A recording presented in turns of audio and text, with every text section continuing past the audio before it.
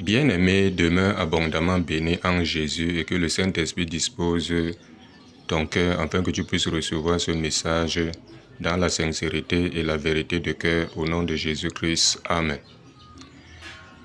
Bien-aimé, tu dois connaître ce qui te motive dans le Seigneur d'être en Christ. Bien-aimés, beaucoup le savent. C'est pour cela que vous les voyez abandonner Christ en mi-chemin. Ils ne persévèrent pas jusqu'à la fin. Bien-aimés, vous allez trouver d'autres ils sont en Christ parce qu'ils espèrent qu'ils auront le mariage. D'autres parce qu'ils espèrent qu'ils auront un travail. D'autres aussi parce qu'ils espèrent avoir un bébé ou voyager ou être riche ou avoir les choses charnelles. Bien-aimés, vous allez trouver d'autres aussi ils sont en crise parce que ils espèrent un jour que leurs conditions de vie va changer. Mais est-ce qu'à la lumière de la parole de Dieu, c'est ainsi que nous devons nous comporter vis-à-vis des choses de Dieu? Bien-aimé, ce qui doit nous motiver à être en Christ ou à persévérer en Christ, ce n'est que les choses célestes. Ce n'est que le salut de nos âmes. Mais si d'autres choses nous motivent, autre chose est notre motivation, en dehors du salut de nos âmes, en dehors des choses célestes, bien-aimés, on a tout faux. C'est pour cela que Jésus dit à Luc 9, verset 56, il dit, le Fils de l'homme est venu non pour perdre les âmes des hommes, mais pour les sauver. Bien-aimés, de même que Christ est venu nous sauver, nous aussi acceptons ce salut-là et persévérons aussi. Il dit à Matthieu 10, verset 22, il dit, vous serez haïs de tous, mais seuls ceux qui persévéreront jusqu'à la fin seront sauvés. Bien-aimé, n'abandonne pas le Seigneur à mi-chemin parce que tes aspirations ne sont pas comblées. Commence dès aujourd'hui à mettre cela de côté et à ne regarder qu'aux choses célestes. Dieu sait que tu vis, tu es encore sur terre et qu'il te faut ceci ou cela. Maintenant, il fait comme il veut. C'est pour cela qu'il dit à Matthieu 6, verset 33. Il dit, cherchez premièrement le royaume et la justice de Dieu et toutes ces choses seront données par-dessus. À Matthieu 6, verset 33. Donc un enfant de Dieu, la priorité pour lui, ce sont d'abord les choses célestes. Et le reste, il sait que Dieu fait comme il veut. Il peut même donner à un païen, toi, il ne te donne pas. Et il peut aussi donner même à certains, aux autres, il ne donne pas. Il fait comme il veut, il fait grâce à qui il veut. Comprenons cela. On voit ici dans la Bible, à Jean 6, Jésus ayant multiplié le pain, à Jean 6, si vous lisez ça, jusqu'au verset même 60 ou 60 poussières là-bas, Jésus a multiplié le pain. Les 70 là ont commencé à le suivre et bien d'autres aussi qui avaient mangé le pain. Du moins, les 70 là étaient avec lui et bien d'autres qui avaient mangé le pain. Ils ont commencé à faire comme s'ils aimaient tellement Jésus. Jésus a multiplié le pain. Lui, il est resté là où il était. Les autres ont pris la barque, ils sont allés de l'autre côté. Et les gens ont commencé à le chercher. Et en faisant comme s'ils aimaient tellement Jésus. Jésus connaissant le cœur des uns et des autres. Quand ils ont donc retrouvé Jésus, ils disent à Jésus que, Maître, où étais-tu? Jésus dit que vous ne me cherchez pas parce que vous avez... pas parce que vous avez vu les miracles, mais parce que vous avez mangé le pain et vous êtes rassasiés. Et il leur dit à Jean 6, verset 27, il dit, travaillez non pour la nourriture qui périt, mais pour celle qui subsiste. À Jean 6, verset 27. Donc ceux-là travaillaient pour la nourriture qui périt. Donc tout ce qu'ils cherchaient là, le pain et autres, leur ventre là, c'était pour la nourriture qui périt. Ça ne peut pas te donner le salut. C'est pour ça que beaucoup aussi s'accrochent sur des choses périssables et non sur ce qui donne le salut, les choses d'en haut. Bien-aimé, Jésus a commencé à dire, il est le pain de vie. Ces gens-là lui disent que, Seigneur, donne-nous toujours ce pain. Et ils voyaient toujours le pain dans le sens charnel, parce qu'ils voulaient toujours manger le pain. Jésus, connaissant leur cœur, il a commencé à dire que quelqu'un ne mange de ma chair, ne boit de mon sang, ne peut pas avoir la vie éternelle. Ils ont compris ça dans le sens qu'ils ont compris.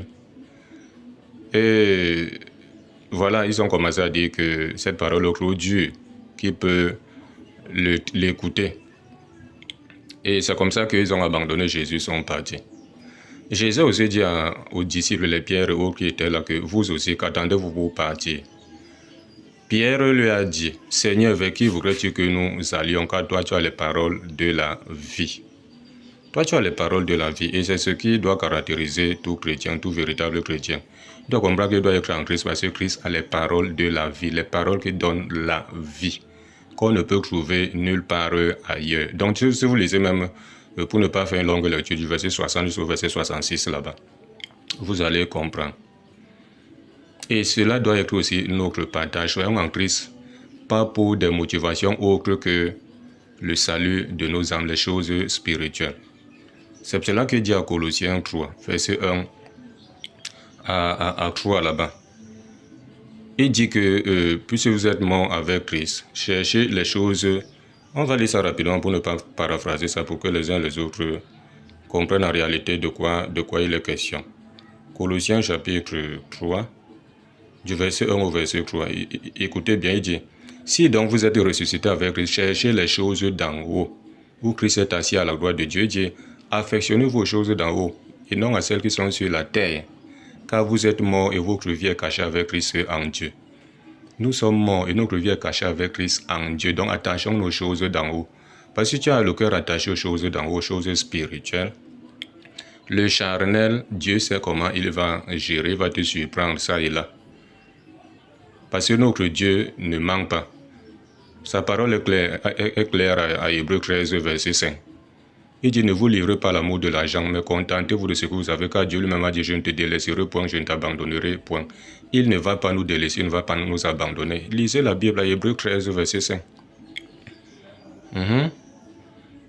Donc, mettons nos motivations, autres que les choses célestes, autres que le salut de nos âmes, autres que la vie éternelle, de côté.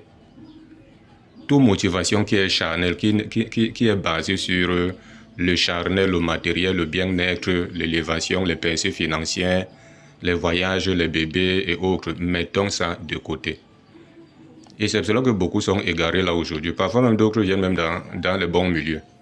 Mais n'ayant pas le discernement, parce qu'ils se disent que ce qui se passe un peu de partout, c'est ça qui doit se passer partout. Ça doit être la norme. Quand il vient quelque part, on commence plutôt à leur présenter les choses spirituelles, on ne leur parle pas du charnel, ils fuient. Ils fuient, ils disent que non, Dieu n'est pas là. Parce qu'ils aiment quand ils entrent quelque part, on commence à leur raconter leur vie, on commence à leur faire la divination qu'ils prennent pour eux des prophéties. Ils aiment ça. On ne leur parle pas du dépouillement, on ne leur parle pas de l'obéissance de la parole, on ne leur parle pas de la crainte de Dieu. Non, on ne parle pas de ça. C'est cela que l'apôtre Paul dit là-bas de Timothée 4. On va lire ça rapidement pour comprendre l'attitude de certains. Écoutons ce qu'il dit à 2 Timothée 4, à partir du verset 1. Il dit ici, je t'en conjure devant Dieu et devant Jésus-Christ qui doit juger les vivants et les morts, au nom de son apparition et de son royaume. Il dit, prêche la parole, insiste en toute occasion favorable ou non, reprend censure, exhorte en toute douceur et en instruisant. Il dit, car il viendra un temps où les hommes ne supporteront pas la saine doctrine, mais ayant la démangeaison d'entendre des choses agréables. Ils se donneront une foule de docteurs selon leurs propres désirs, détourneront l'oreille de la vérité, se tourneront vers les fables. Donc ils auront la démangeaison d'entendre des choses agréables. Les choses agréables vont les démanger. Ils se donneront une foule de docteurs, une foule d'enseignants, et on les voit un peu de partout. Là, ils entendent que là-bas, même dans les chaînes de télé, les réseaux sociaux ou autres, quelqu'un se lève, se dit serviteur de Dieu, commence à enseigner du n'importe quoi, ils sont escortés là-bas. Dès lors où ça satisfait leur chair, il n'y a aucun souci. Ils sont avec ça. Mais quand tu leur présentes la vérité, pour leur croissance spirituelle, pour le salut de leurs âmes, pour les connecter réellement avec les vraies choses, la vérité, ils n'aiment pas ça. On dit détourneront l'oreille de la vérité, se tourneront vers les fables, vers les choses imaginaires, vers les faux trucs. C'est ça que les gens aiment. Donc toi qui écoutes ce message, est seulement pour seule et unique motivation les choses célestes. Et les choses charnelles, les choses terrestres, Dieu sait comment il va faire. C'est pour cela que il dit à 1 Jean 2, verset 15 à 17. 1 Jean 2, verset 15 à 17, il dit « N'aimez point le monde ni les choses qui sont dans le monde. N'est pas l'amour du monde, est l'amour de Dieu. » Il dit « Tu aimeras l'Éternel ton Dieu de tout ton cœur, de toutes tes forces, de toute ton âme, de toute ta pensée. » Voilà. Quand tu aimes Dieu de la sorte, Dieu est content. Il dit « Car la convoitise des yeux, l'orgueil de la vie, la convoitise de la chair ne viennent point du Père, mais vient du monde. Et le monde passe sa convoitise, mais celui qui fait la volonté de Dieu demeure éternellement. » À 1 Jean 2, verset 15 à 17. Donc, fais la volonté de Dieu. Tu vas demeurer éternellement, même après ta mort. Tu vas vivre. Tu seras avec Christ. Tu auras ta récompense. Mais si tu t'approches aux choses charnelles, et que tu viennes en Christ pour des choses, pour des motivations charnelles, tu as tout faux. Tu ne peux même pas faire long chemin avec le Seigneur. Tu vas t'arrêter à mi-chemin, tu vas fuir. Et tu vas aller t'asseoir là où on va te dire de tout et de rien. Et tu vas croire que c'est le Seigneur que tu es en train de servir. Pourtant, il n'en est rien. Tu as plutôt accepté d'aller en enfer. Ok, dans la paix, au nom de Jésus. Amen.